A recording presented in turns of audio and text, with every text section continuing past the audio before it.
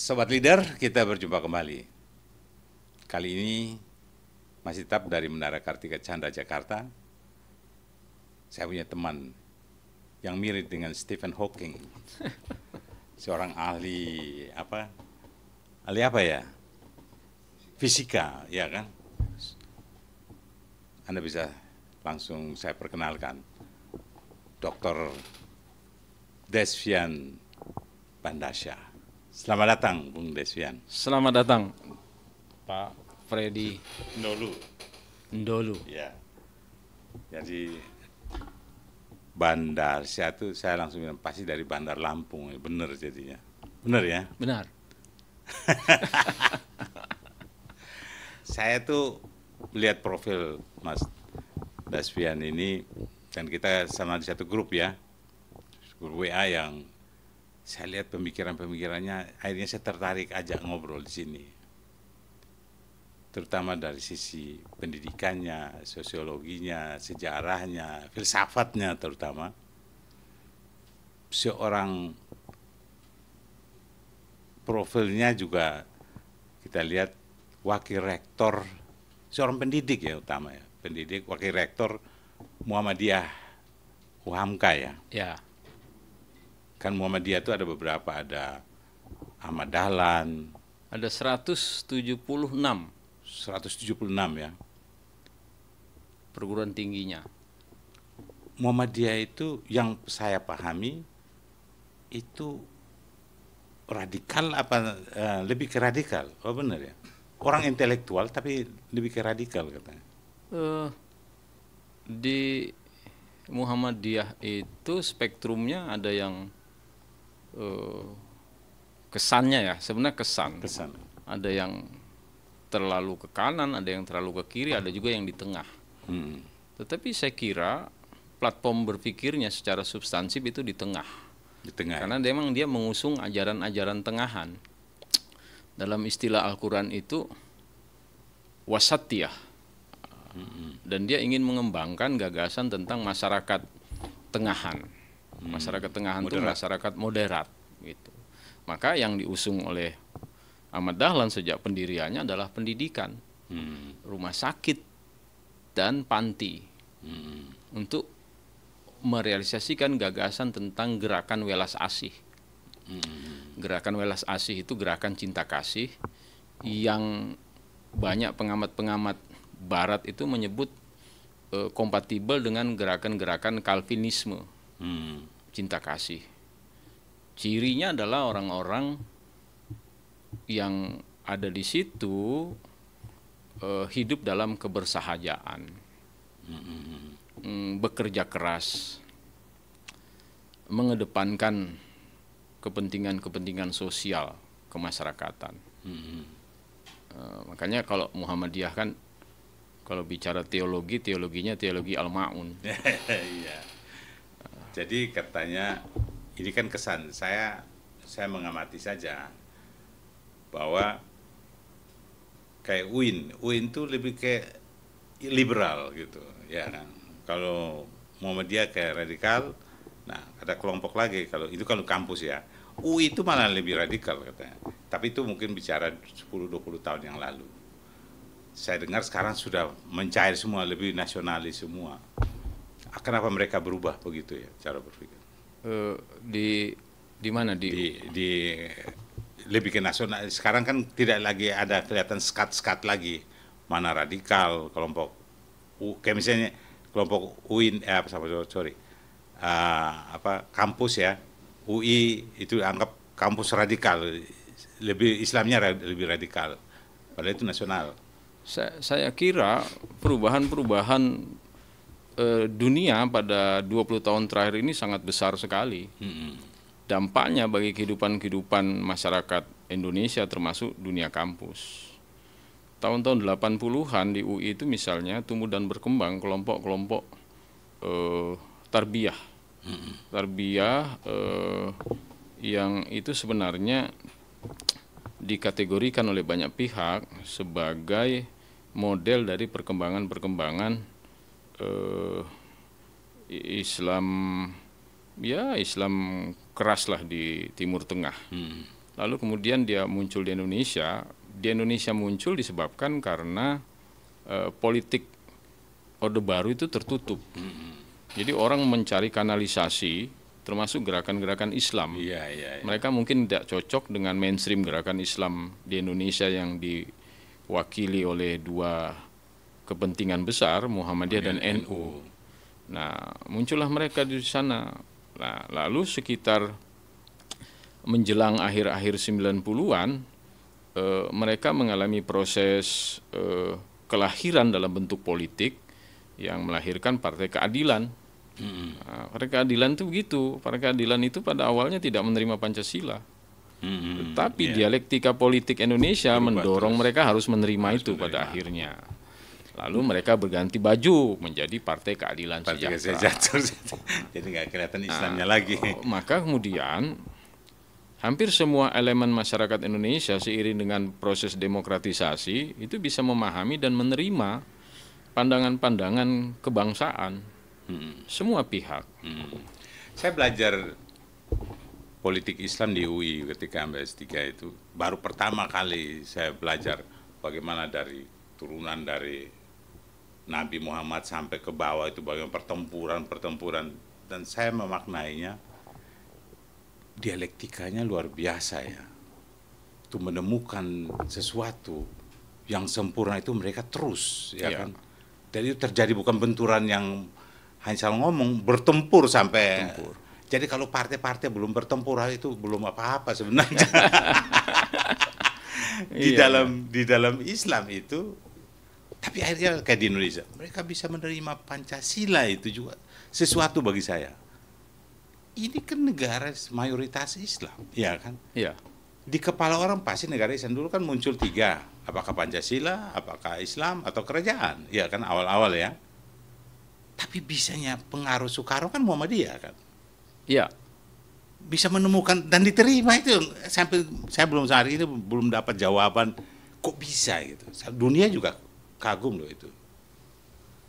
Saya kira Pancasila dalam konteks sejarah Indonesia itu diterima 2 kali oleh bangsa ini, terutama oleh masyarakat Islam. Penerimaan pertama adalah 1 hari setelah proklamasi. Ada pertemuan antara kelompok-kelompok yang berkepentingan pada masa itu yang tergabung dalam PPKI ya, PPK, Panitia Persiapan Kemerdekaan. Nah, Muhammadiyah direpresentasikan oleh Ki Bagus Hadikusumo, kemudian oleh ada 8 orang Kasman Singodimejo. Nah, lalu saudara-saudara kita dari Indonesia Timur antara lain direpresentasikan oleh JK Timo dan seterusnya. Ada perdebatan berkenaan dengan Pancasila dan Undang-Undang Dasar 45 yang secara eksplisit memunculkan istilah Islam dan kepentingan ibadah menurut Islam. Misalnya ketuhanan yang Maha Esa dengan menjalankan syariat Islam menurut pemeluk-pemeluknya begitu ya dan seterusnya. Itu kan tidak diterima oleh saudara-saudara kita dari Indonesia Timur. Dan itu merupakan periode yang paling genting. Indonesia belum 24 jam tapi ujiannya sudah hebat. Tetapi kemampuan pemimpin-pemimpin kita dan untuk... itu tidak ada uang dari bawah, nggak atau pakai amplop, nggak ada. Kemampuan pemimpin kita untuk merasionalisasikan konsep keindonesiaan itu mengalahkan sentimen-sentimen primordial keagamaan. Sentimen keindonesiaan itu lebih mengemuka. Fase kedua adalah ketika asas tunggal dipaksakan oleh Soeharto untuk diakui oleh semua partai dan ormas yang ada di Indonesia. Saya kira Muhammadiyah paling terakhir menerima itu. Tetapi kemudian Kiai Haji A.R. Fakhrudin sebagai pimpinan pusat itu bisa melihat ada benang merah antara pandangan-pandangan tauhid keislaman dalam hal berketuhanan dengan gagasan-gagasan Pancasila dalam konteks sila pertama. Maka kemudian bisa diterima.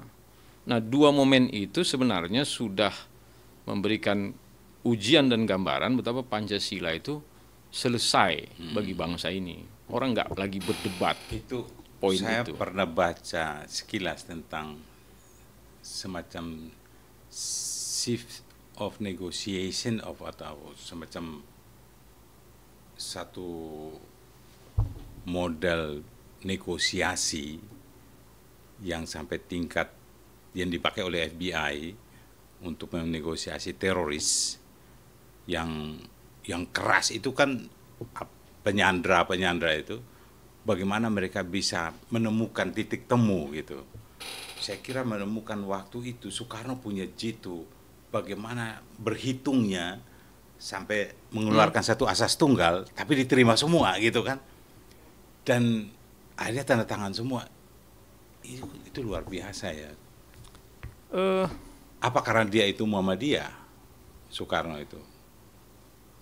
Jadi kan situasi belum ada kesepakatan. Soekarno meminta Hatta untuk melobi Ki Bagus Hadikusumo. Ki Bagus Hadikusumo adalah orang Jawa yang memiliki pendirian keras dalam konteks-konteks semacam itu. Lalu Hatta sungkan. Ini karena ini orang punya karisma betul. Hatta sungkan. Hatta kemudian berkomunikasi dengan siapa tadi itu? Kasman Singodimedjo. Lalu Kasman lah yang bersama Hatta mendekati Ki Bagus. Perdebatan tentu panjang. Dan perdebatan itu saya sering mengistilahkan sebagai kesepakatan agung. Hanya 15 menit dialog itu, walaupun tentu 15 menit itu dipengaruhi oleh periode panjang sepanjang panitia persiapan kemerdekaan itu bersidang sejak bulan-bulan Juli saya kira. Nah, itu kemudian muncul disebabkan karena kesadaran tentang keindonesiaan itu memang dimiliki oleh mereka. Maka saya mengatakan sentimen-sentimen primordial keagamaan itu bisa dikalahkan oleh sentimen kebangsaan. Orang memiliki kesadaran yang tinggi untuk hidup menjadi satu bangsa. Bahwa kemerdekaan yang panjang itu diraih dengan perjuangan yang berat itu, masa hanya dalam 1 kali 24 jam ingin diruntuhkan kembali. Ya, kita bicara dua kelompok besar bagaimana mempengaruhi Indonesia hari ini. Kan tadi saya sudah awal membuka dengan kesan awal dulu 20 tahun lalu kalau Muhammadiyah itu kan radikal. Ya ini kan kesan. Sampai kampus pun nasionalis yang banyak Muhammadiyah itu radikal. Tapi mereka educated, ya kan? Dibanding NU. NU yang harusnya tradisional, Islam tradisional menurut berbagai penelitian itu, tapi dia moderat. Harusnya dia radikal, ya kan? Sehingga orang bilang dia lebih educated daripada Muhammadiyah. Lebih mencintai Indonesia, coba lihat. Dan Muhammadiyah sendiri juga memilih menerimanya di akhir soal menerima Pancasila. Benar nggak? Ya. NU udah duluan pasti. Duluan kan? Duluan. Ini gimana ceritanya sampai kan ini akan kita melihat Indonesia hari ini nanti, ya kan? Bagaimana para leader kita ini mengambil keputusan di parlemen, bagaimana keseriusan mereka. Kadang-kadang anggota dewan tuh saya lihat data nanya dia pergi asal lempar pertanyaan dia pergi nggak tahu lagi dia itu jawabannya apa, mungkin dia udah nggak pikirin lagi.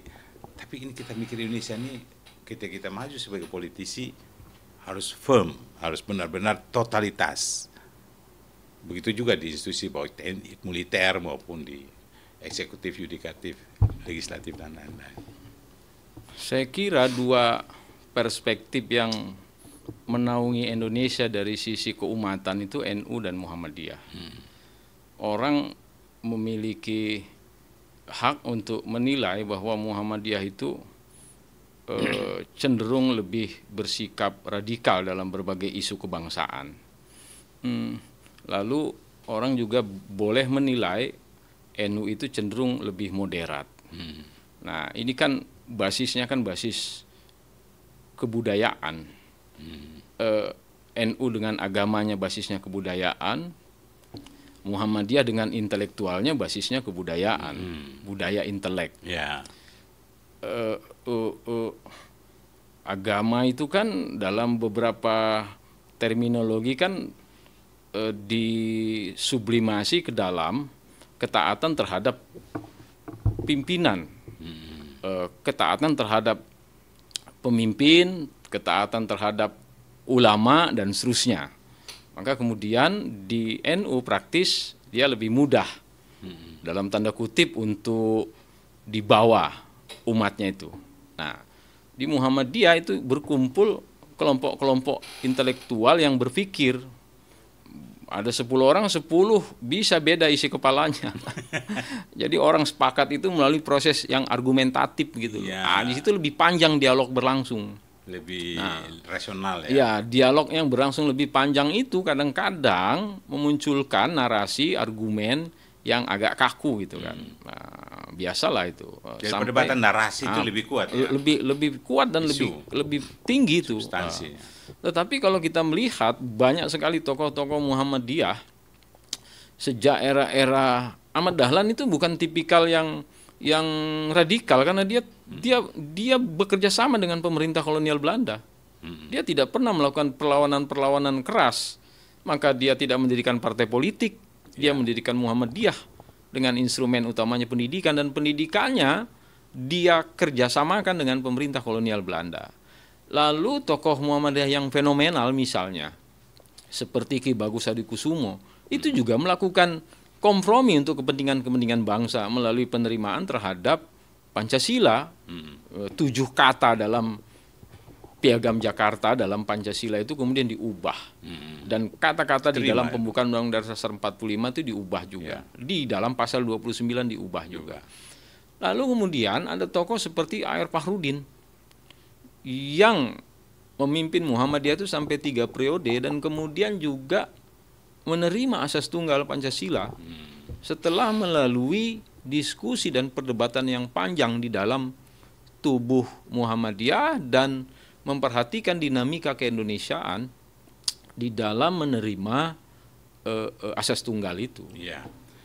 Jadi tadi masuk ke 7 kata itu, saya disertasi saya itu soal bagaimana menegakkan supremasi sipil di era Mega itu, dan salah satu dan case study-nya bagaimana TNI keluar dari parlemen itu, pasal 2 ayat 1 itu, dan itu satu-satu pasal yang di voting di amandemen konstitusi mulai dari tahun 99 sampai 2002.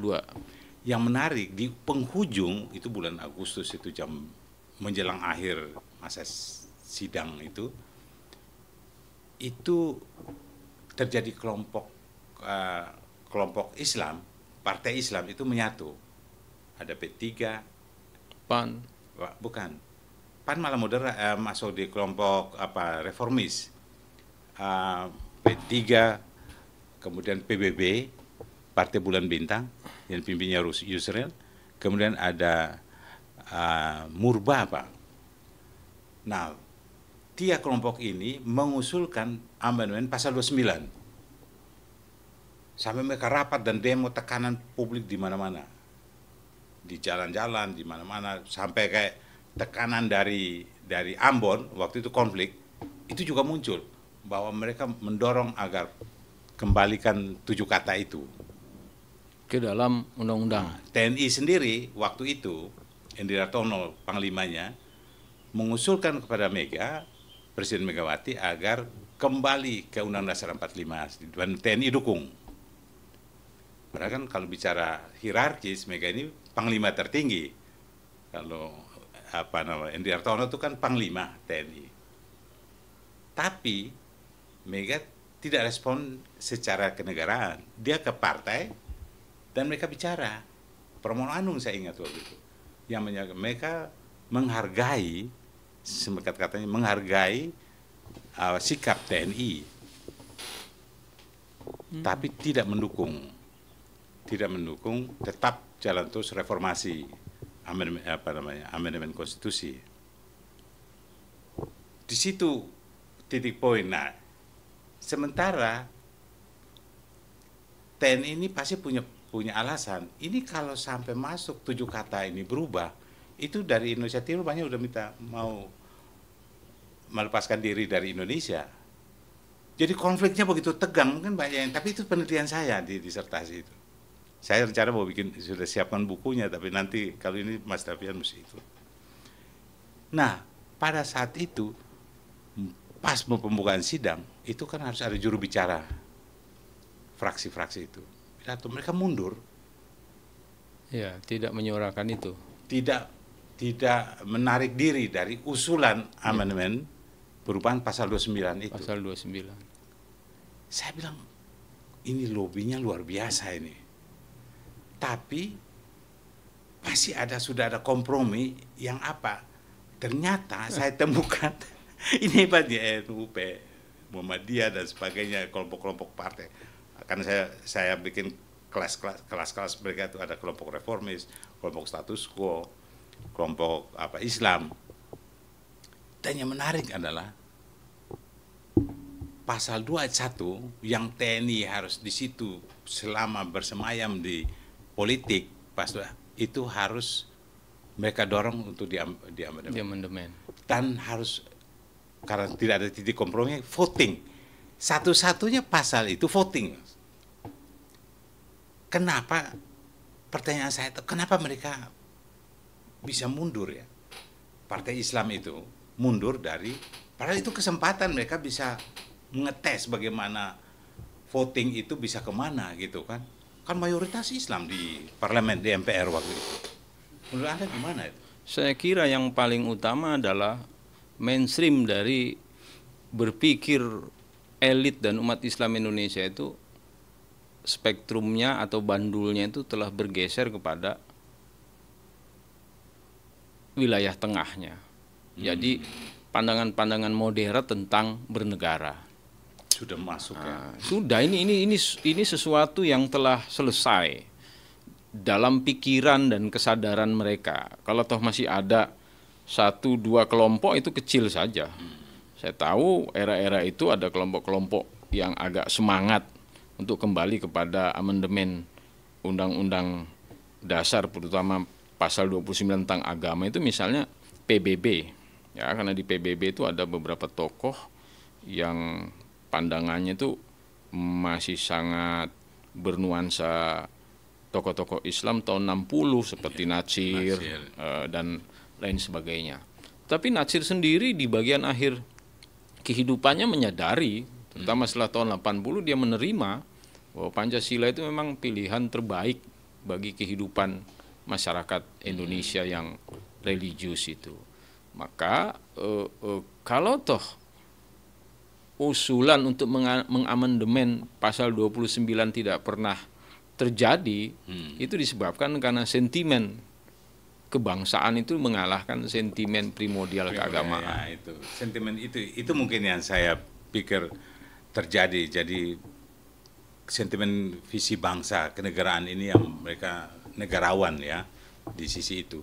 Dan yang menarik itu akhirnya voting.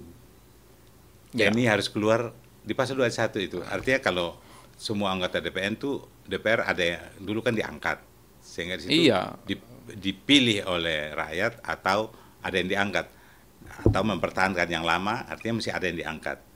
Tapi bagaimana pilihannya? Jadi tapi banyak juga yang mendukung yang lama, Undang-Undang Dasar yang lama, tapi reformasinya adalah soal TNI di dalam parlemen, kemudian dia tersingkir melalui proses amandemen. Saya kira itu merupakan refleksi dari tuntutan reformasi. Reformasi menempatkan TNI itu sebagai pesakitan yang harus disembuhkan di barak.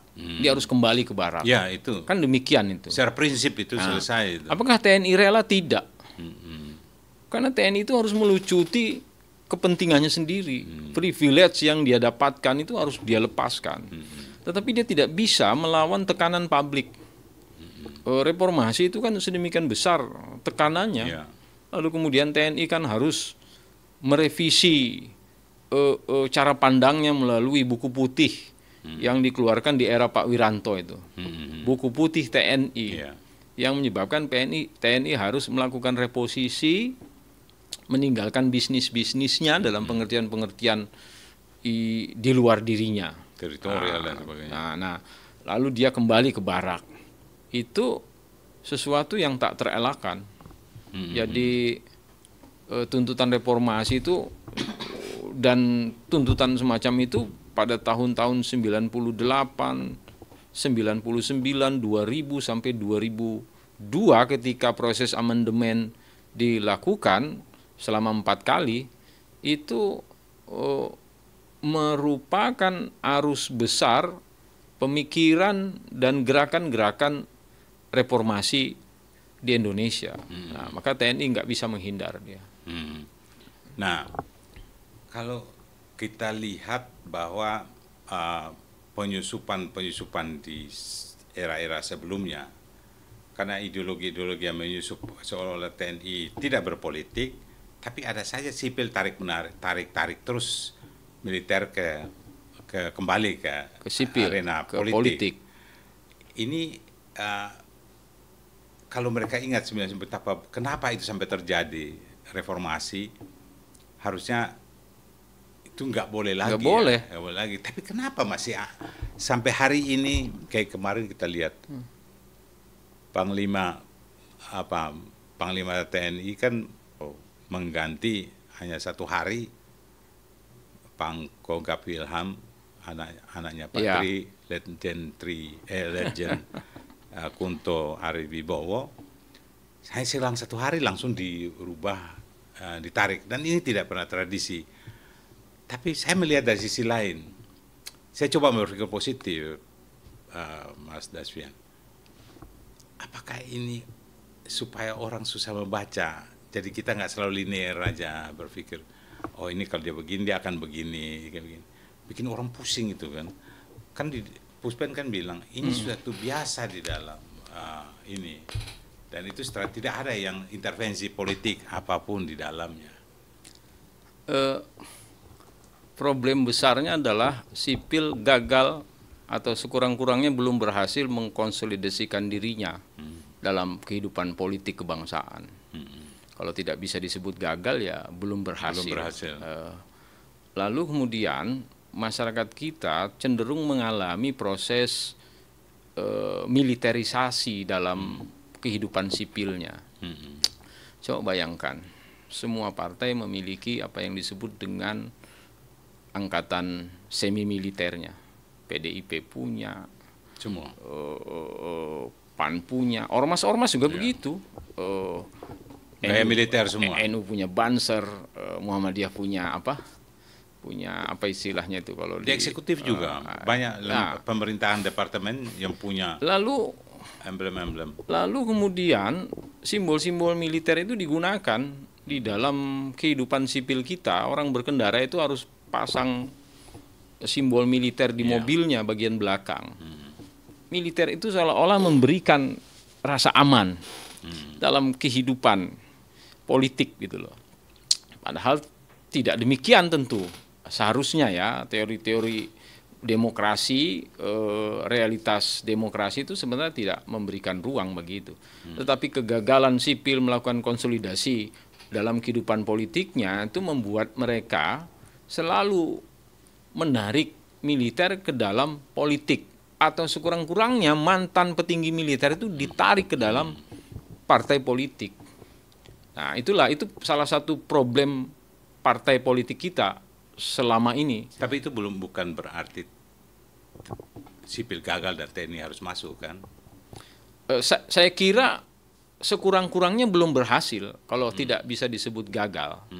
Dan TNI tentu apakah yang aktif maupun yang telah purna tugas itu mencari ruang untuk bisa kembali ke dalam permainan-permainan politik kenegaraan. Kan nggak mungkin dia merelakan situasi-situasi di mana dia memainkan peranan yang sangat sentral lalu kemudian nol. Saya teringat ketika saya ini kan wartawan di era Soeharto sampai Habibie, dan saya memperhatikan semua pergerakan anggota parlemen dari fraksi TNI Polri. Saya lihat menarik mereka ketika dulu di MPR ya. Saya mungkin yang tidak setuju kalau parlemen anggota utusan TNI itu ada di DPR ya, di day to day Iya. talks, tapi di MPR itu matang banget.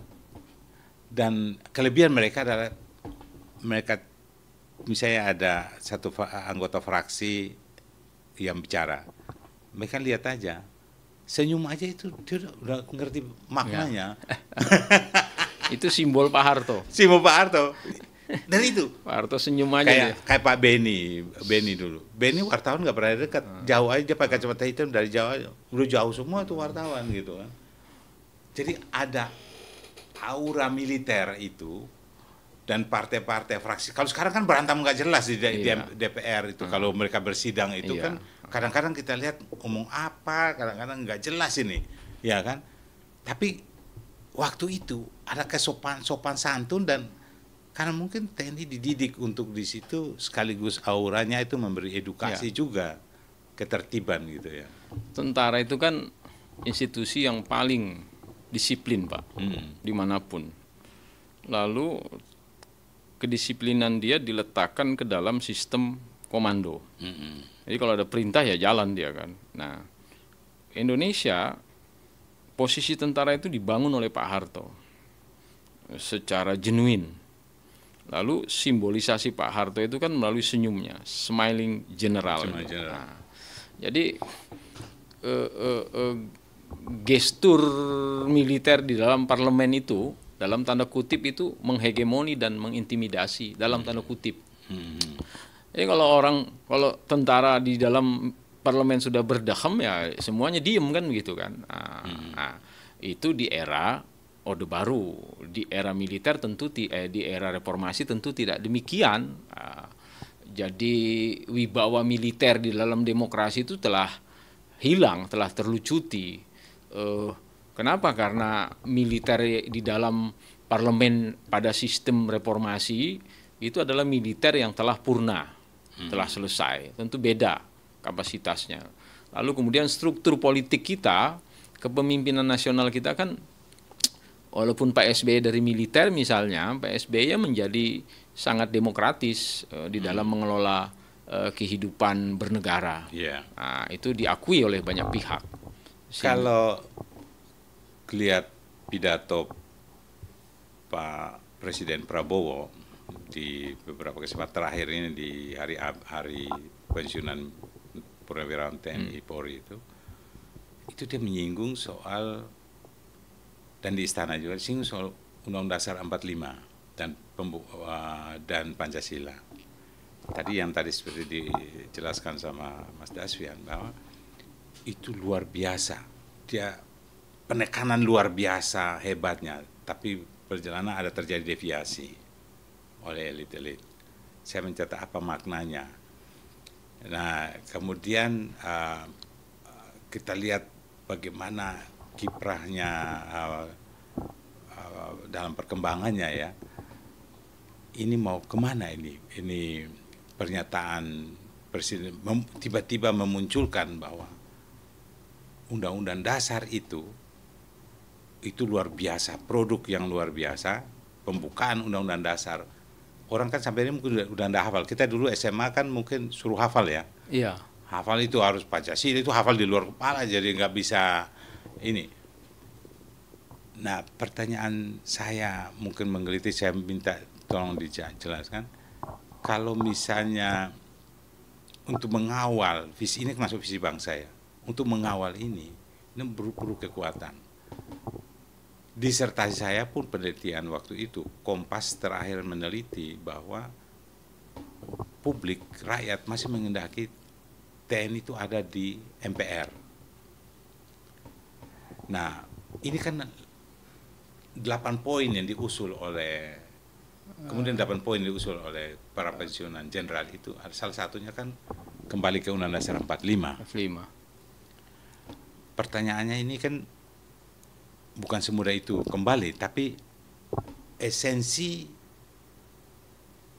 untuk bisa menemukan bahwa demokrasi kita ini dikembalikan kepada kitohnya demokrasi Indonesia, yang kalau dalam sila keempat kan dalam Pancasila kerakyatan yang dipimpin oleh hikmah, dipimpin oleh hikmat dan kebijaksanaan. Itu direpresentasikan oleh MPR. Nah, Maka pemilu harus balik ke proporsional tertutup. Menurut Mas Desvian gimana itu sebagai ahli sejarah dan seorang filsuf? Saya kira kita ini sudah berkali-kali ya merubah sistem politik ya, paling tidak 4 kali. Pada tahun 1959 kita membubarkan Dewan Konstituante, membekukan Undang-Undang Dasar RIS, lalu kembali kepada Undang Dasar 45. Lalu kemudian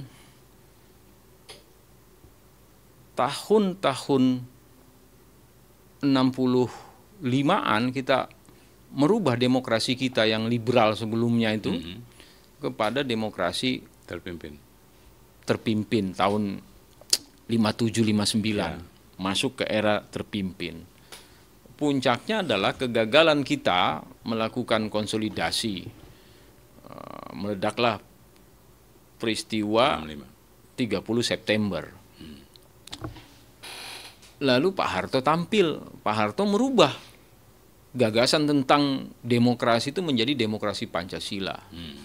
Yang di dalamnya melalui proses sejarah yang panjang mengalami distorsi berkali-kali. Dalam konteks politik, dalam konteks ekonomi. Ujungnya adalah peristiwa 98. Setelah 98 kita memproklamirkan diri mengusung reformasi dengan sistem politik, dengan demokrasi liberal. Ya kan? Iya. Kebijakan multipartai. Lalu kemudian setelah 27 tahun kita merasakan ada yang tidak beres di sana. Lalu kita salahkan sistem kembali. Kita ingin kembali ke pola apa lagi? Ini kan proses menerapkan demokrasi ini kan trial and error, mencoba salah. Tapi saya kira cukup. Saya kira kalau rubah itu, tapi maju dong. Nah, ini Jangan mundur kayak swinging gitu, ambil file lama, balik lagi. Sekarang kegelisahan masyarakat itu kan bahwa demokrasi kita hari ini mahal. Demokrasi yang mahal itu kemudian melahirkan pemenang-pemenang yang terjebak kepada korupsi. Nah, lalu itu alasannya. Salah ini demokrasi ini.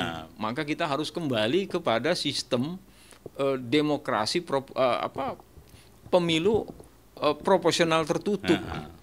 MPR mau kita hidupkan lagi. Saya itu kadang-kadang suka tidak habis pikir ya, kenapa kok bangsa ini selalu mau mencari jalan pintas. Mungkin tetap mungkin oke lah, tapi ada yang make difference-nya itu apa? Yang beda dengan yang dulu tuh harus jelas kepada publik. Jangan sampai hanya itu yang lebih bagus lalu menerapkan kembali. Problem demokrasi kita itu bukan pada sistem. Kalau pada subsistem ya. Problem demokrasi Pada kita apa? itu pada partai. Partai politik yang tidak memiliki platform jelas untuk membangun dirinya itu sering melakukan kebijakan-kebijakan yang pragmatis merekrut kader. Nah, sehingga kemudian ada artis dicalonkan menjadi calon wakil gubernur atau bupati. Banyak sekarang. Dengan kapasitas yang kita sama-sama pahami. Kasus yang terakhir di mana, di Kerawang apa di mana itu? Luki Hakim kan? Bupatinya pergi ke luar negeri itu. Nah, padahal partai harus bekerja untuk memproduksi kader melalui sebuah sistem tata kelola yang benar di satu sisi itu. Di sisi lain, partai kita tidak pernah bisa dikenakan undang-undang tentang transparansi keuangan mereka. Nah, jadi dia pemilu dari mana dananya nggak tahu. Seorang gubernur, seorang wakil presiden bisa menghabiskan duit sekian miliar, nggak tahu kita. Partai itulah yang mengagregasikan demokrasi di parlemen. Kalau nggak ada partai nggak bisa demokrasi tanpa partai mengkosong. Tetapi problem di dalam partai itulah yang harus diselesaikan. Maka partai harus bisa mengkonsolidasikan dirinya secara sukarela atau dia harus dipaksa oleh sebuah aturan yang menempatkan dia kemudian bisa mengkonsolidasikan dirinya dengan baik. Jadi kalau mau Demokrasi akan lebih sehat nanti. betul, kalau mau negara demokrasi jangan mikirin kayak di Cina satu partai, ya kan? Nggak bisa. Nggak bisa. Kita sudah mengenal multi partai.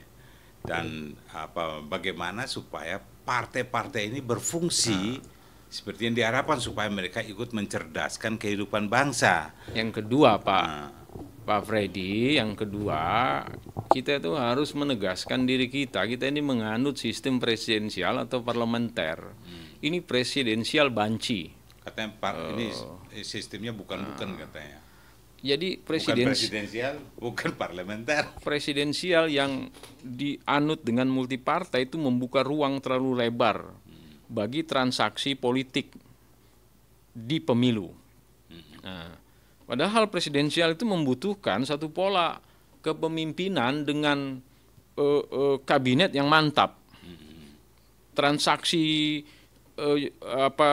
transaksional jabatan, portofolio kementerian itu harusnya tidak terlalu terbuka seperti hari ini. Saya mau tanya, kira-kira problem kita di apa ya? Kenapa Indonesia terjebak di situ terus? Kadang-kadang kita selain luar negeri, campur tangan asing. Saya pikir bukan campur tangan asing, kita sendiri mau kemana? Kita sendiri yang salah kok. Kita mau kemana? Oh, kita terbuka untuk dicampur tangan. Problemnya ada di diri kita. Di diri kita, para elit kita yang pemegang kekuasaan. Kultur feodal, Pak. Budaya feodalistik yang mengendap di alam sadar dan alam bawah sadar manusia Indonesia pada umumnya itu merata dan terdistribusi secara adil pada tingkat elitnya, pada tingkat kelas menengahnya, pada tingkat masyarakat bawahnya. Sehingga orang itu cenderung bapakisme, yes man. Partai kan sangat bersifat sentralistik dan hegemonik. Nah, lalu kelas menengahnya, coba kader-kader muda di dalam tubuh partai, kalau dia ditegur oleh seniornya, siap senior. Nah, itu kan bukan tipikal masyarakat sipil, itu tipikal masyarakat militer. Masyarakat sipil itu nggak demikian dia. Karena senyum, karena itu aja sudah punya jawaban ya. Lalu kemudian kultur feodalisme itu mempengaruhi dinamika politik. Kultur feodalisme mempengaruhi birokrasi. Tapi dari situ apa feodalisme ini? Kan kita selalu salahin karena dasar feodalisme. Tapi apa sungguh di balik feodalisme itu apa yang kejar-kejar? Ya, di balik feodalisme itu kan kemudian menyebabkan manusia Indonesia itu sulit untuk mengatakan idenya. Meskipun di era medsos orang bisa mengatakan. Kenapa sampai mereka sulit mengatakan ide gagasannya? Karena sistem budaya membelenggu mereka. Proses pemilu. Tapi Anda setuju nggak? Ini oke lah. Kalau keadaan begini terus kita akan terjebak di antara perebutan uang dan kekuasaan. Dua itu aja. Iya kan? Uang, kekuasaan. Kalau uang untuk kekuasaan atau kekuasaan untuk uang, gitu aja. Jadi yang lain tidak peduli. Nah, rakyat dicekokin dengan sembako dan semuanya yang bisa nanti 5 tahun lagi terkumpul itu satu opini bahwa ini yang terbaik. Itu menurut Anda maka undang-undang kepartaian harus bisa mengatur partai politik uangnya dari mana. Oke, negara membiayai seluruh kepentingan pemilu, termasuk partai dibiayai oleh negara. Tapi agar negara tidak membiayai partai terlalu mahal, maka proses pemilu harus diatur dengan murah. Lalu kemudian yang dijual bukan uang lagi, maka yang dijual ide.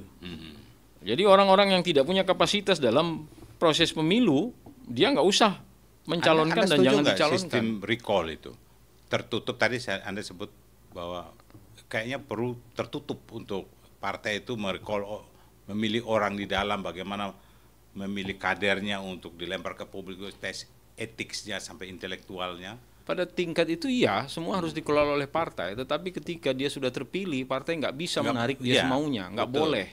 Itu namanya menciderai kepercayaan masyarakat. Yang dipilih si A, kenapa yang dilantik si B? Ya, itu yang nggak boleh. Itu. Tapi partai ini punya ukuran, Ya. misalnya. Kalau kita dorong dia tertutup, artinya ketua umum partai itu punya peran signifikan.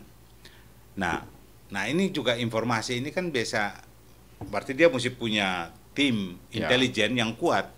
Jadi ada yang melapor, ini orang nggak benar, ini timnya mesti jalan, apa benar ini laporan dari si A ini, kan politik ini kan saling membunuh di dalam. Jadi kita, saya kira tidak perlu merubah sistem politik kita dalam pengertian makro. Pemilihan presiden langsung dan anggota DPR langsung ini sudah benar. Walaupun ada suara-suara menginginkan kembali ke Undang Dasar 45 versi lama, termasuk sistem demokrasinya. Saya itu kadang-kadang membayangkan ya, modal, kita itu kan sering berteriak tentang oligarki modal di dalam politik. Itu bisa mendikte 190 juta pemilih Indonesia melalui money politik. Bagaimana mungkin kemudian kita bisa mengatakan bahwa pemilihan presiden langsung di dalam parlemen melalui proporsional tertutup itu bisa menghindari diri dari politik uang. Terlalu mudah pemilik modal itu mendikte 600 anggota DPR atau anggota MPR. Sudah terjadi. Itu sudah berbahaya. Maka pemilihan langsung itu sudah benar. Hanya kemudian kita memang harus membuat pemilihan langsung itu murah. Bagaimana cara dia membuat murah? Undang-undang kepartaian harus dibuat dengan dan dilaksanakan dengan benar. Partai harus terbuka soal dananya. Kalau partai terbuka soal dananya, maka anggota DPR terbuka soal dananya tuh. Dari mana dana dia ketika dia mencalonkan diri. Nah, kalau dia terbuka, maka yang dijual bukan uang kepada konstituen, yang dijual ide. Tapi Anda setuju nggak kalau memang sampai ke politik amendement kembali ke Undang Dasar 45, kan dulu Nasution dan Des Natalis pertama itu kan dia mengusulkan perlu ada jalan tengah. Jalan tengah itu ya kemudian terjadi semacam difungsi ABRI. Sesungguhnya bukan yang difungsi yang sekarang, yang kemarin, tapi bagaimana para perwira yang dari TNI ini bisa duduk ikut menentukan arah jalan bangsa, berarti MPR ya. Tapi kan kemudian kan disalah. Dia kan mau kembali melalui proses-proses politik perwakilan representasi golongan-golongan yang oleh Soekarno itu dimaksudkan sebagai golongan-golongan fungsional. Waktu itu kemudian muncullah Golkar melalui Sekber. Nah, di era Orde Baru itu dimunculkan TNI oleh Pak Harto. Nah, saya kira itu tergantung kesepakatan saja, tetapi yang paling penting adalah bahwa representasi orang-orang di parlemen itu melalui proses demokrasi yang fair dan terbuka, adil, murah. Lalu kemudian prosesnya bisa dipertanggungjawabkan. Sistem pemilu kita kan harus bisa memberikan kepastian semacam itu agar regulasi politik yang dihasilkan oleh segenap kepentingan, apakah KPU, lalu kemudian DPR, lalu kemudian partai itu memiliki integritas yang dihormati begitu loh. Sekarang kan kita repot ini. Hasil proses pemilu di KPU, keputusan KPU digugat.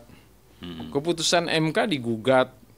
Lalu kemudian wakil presiden diminta untuk mundur. Itu kan sesuatu yang dalam logika jungkir balik politik itu, dalam logika demokrasi itu nggak masuk gitu loh. Bagaimana semua proses itu berlangsung akuntabilitas secara prosedur gitu ya. Nah, artinya proses-proses itu tidak berjalan atas lembaga-lembaga yang dipandang memiliki kredibilitas yang cukup. Tapi Prof. Davian, ini Indonesia kan tadi Anda sampaikan bahwa unik kan. Indonesia ini unik ya kan. Unik. Dia udah niat sesuatu, kemungkinan jadi. Walaupun sebenarnya kita nggak setuju kan model kayak begini, ini apa-apaan ya, kan? Kok ada presiden paket yang dipilih secara utuh gitu ya?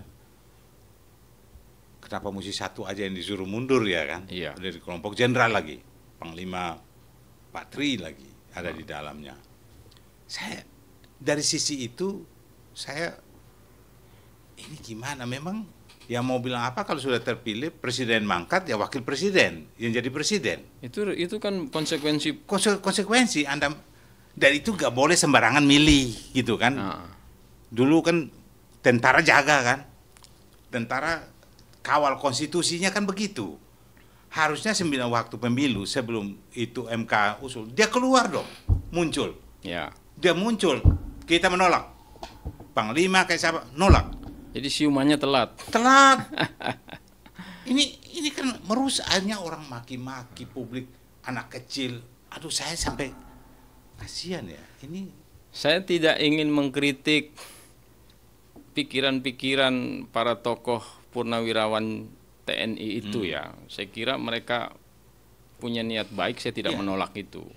Tetapi yang ingin saya katakan adalah bahwa para tokoh purnawirawan itu juga harus memahami dan menyadari bahwa prosedur politik itu sudah bekerja dengan benar dalam pengertian prosedural konstitusional. Nah, maka usulan di luar itu tidak konstitusional. Ya. Ketika situasi dan kondisi memang masih di dalam kontrol yang wajar, ini kan kehidupan masih tertib, ini masih wajar. Kalau chaos lain lagi ceritanya, jangankan wakil presidennya aja ditumbangin kalau chaos itu. Nah, lah kita kan hidup dalam dunia yang wajar. Terlalu dini, terlalu pagi usulan semacam itu.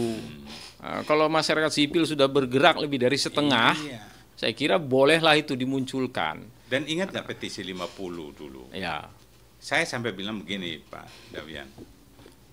Kalau dalam kajian saya itu, petisi 50 itu 2 bintang, 1 bintang, kolonel, sampai 3 bintang. Nggak ada jenderal, nggak ada 4 bintang. Nggak ada. Legend ada. Tumbang Soeharto. Mereka muncul dan mereka tidak diam. Maka berapa nih?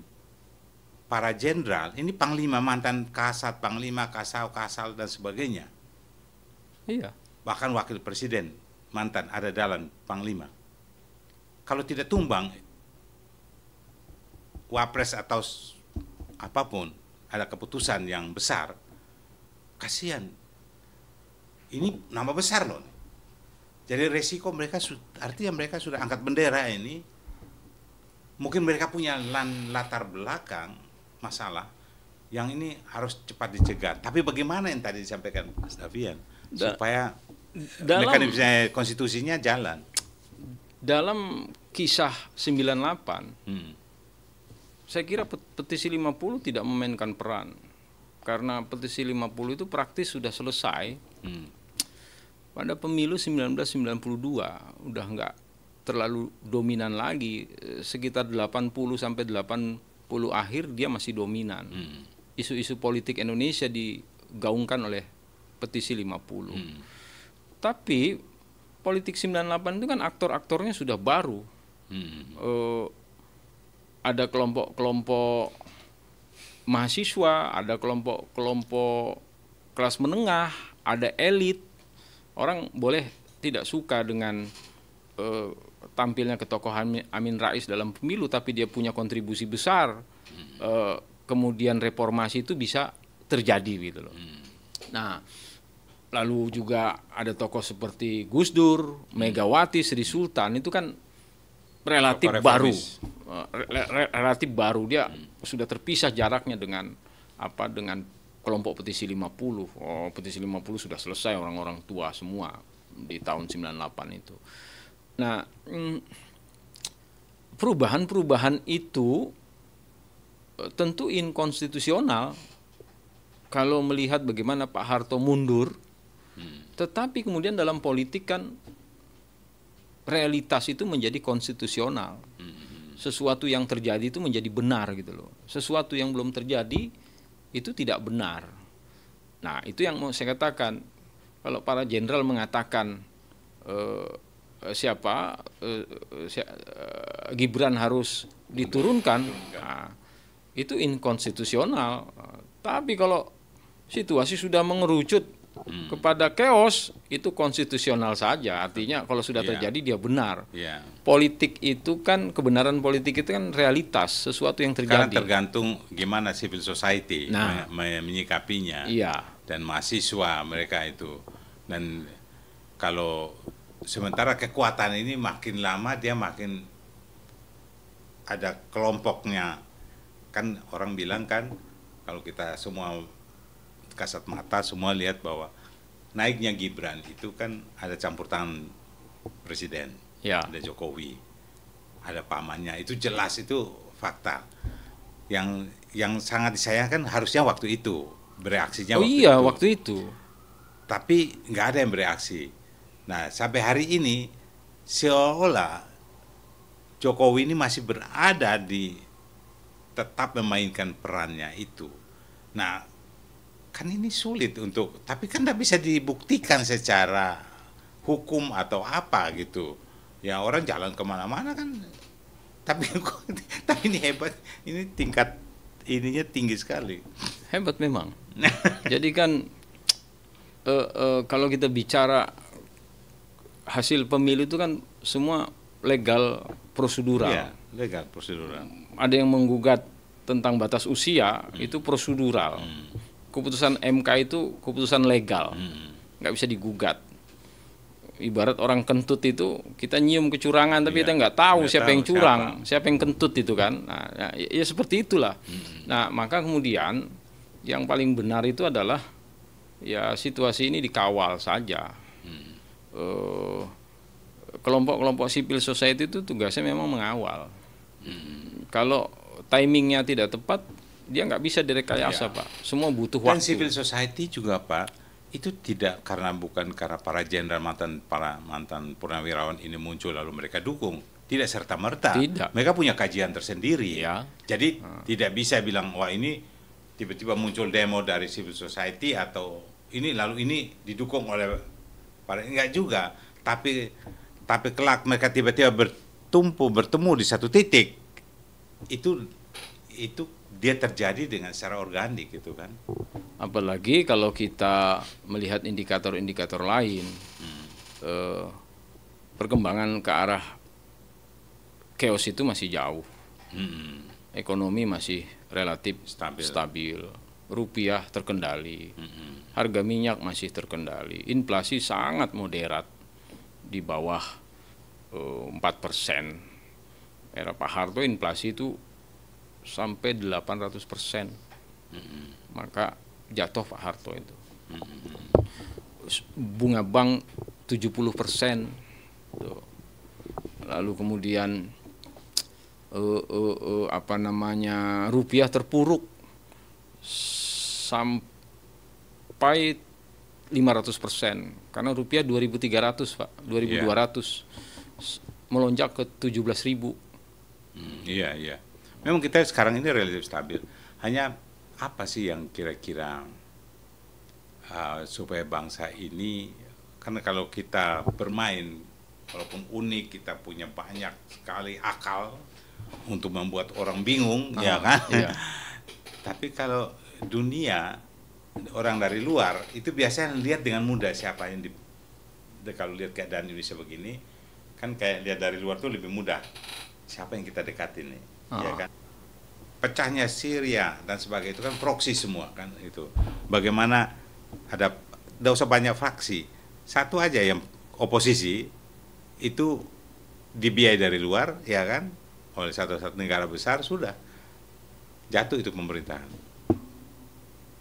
Bagaimana supaya kita ini bisa bagus tidak didikte, tapi kita jangan jadi orang, jadi tanda kutip kok tidak cerdas itu, padahal di konstitusi udah jelas itu. Rakyat kita kok masih dicekokin terus itu. Gimana? Setiap pemilu masih sembako.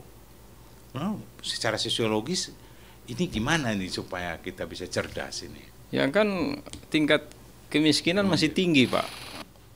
ekonomi itu kan tumbuh di pusat-pusat kota, uang beredar di pusat kota. Di pedesaan itu nyaris tidak berkembang atau stagnan. Kalau toh ada sedikit sekali perkembangannya. Nah, realitas itu yang dibaca oleh pemain-pemain dalam politik uang. Nah, tentu nggak heran kita kalau kemudian seorang anggota DPR kalau mau terpilih dia harus punya 18 miliar. Kalau di bawah 18 miliar nggak kepilih, misalnya semacam itu. Kalau bupati dia harus menyediakan dana sekian miliar, ratus miliar. Kalau gubernur ya mungkin triliunan dan seterusnya. Nah, yang main ya pemilik modal kalau seperti itu. Kadang-kadang kan kita berpikir ya ada isu anggota DPR yang 560 itu, ya kan, tugasnya memproduk kebijakan, undang-undang, regulasi, lalu kemudian pemilik modal, oligarki itu memainkan kepentingannya melalui proses pemilu. Apakah melalui partai atau melalui orang-orang itu secara langsung. Agar kemudian undang-undang bisa menguntungkan oligarki, ya dia beli saja itu. Well, kita dua udah bicara udah panjang, tapi kira-kira statement akhir Anda apa dari pembicaraan kita ini? Kan tokoh-tokoh semuanya, hampir semuanya Muhammadiyah nih, ya kan? Ya, saya kira keindonesiaan kita itu hanya bisa tumbuh dengan baik kalau itu dikelola dengan etika dan moralitas yang cukup. Nah, etika dan moralitas yang cukup itu sumbernya antara lain melalui dialektika agama, ideologi, lalu kemudian kebudayaan kita. Dan itu hanya bisa dihasilkan melalui proses pendidikan yang baik. Kita harus memperbaiki pendidikan bagi generasi bangsa. Pendidikan bagi generasi bangsa itu butuh waktu, dia nggak bisa instan. Penyakit manusia Indonesia itu kan semuanya mau serba instan, mau cepat, merasa jenuh dengan politik hari ini, mau balik lagi ke model lama. Nanti di model lama dia rumit lagi, balik lagi ke model yang hari ini dan seterusnya. Jadi kita hidup bolak-balik karena kita tidak pernah konsisten membangun kehidupan berbangsa. Maka kemudian yang paling penting adalah bagaimana regulasi yang ada ini bisa memunculkan orang-orang yang berpikir lebih jernih.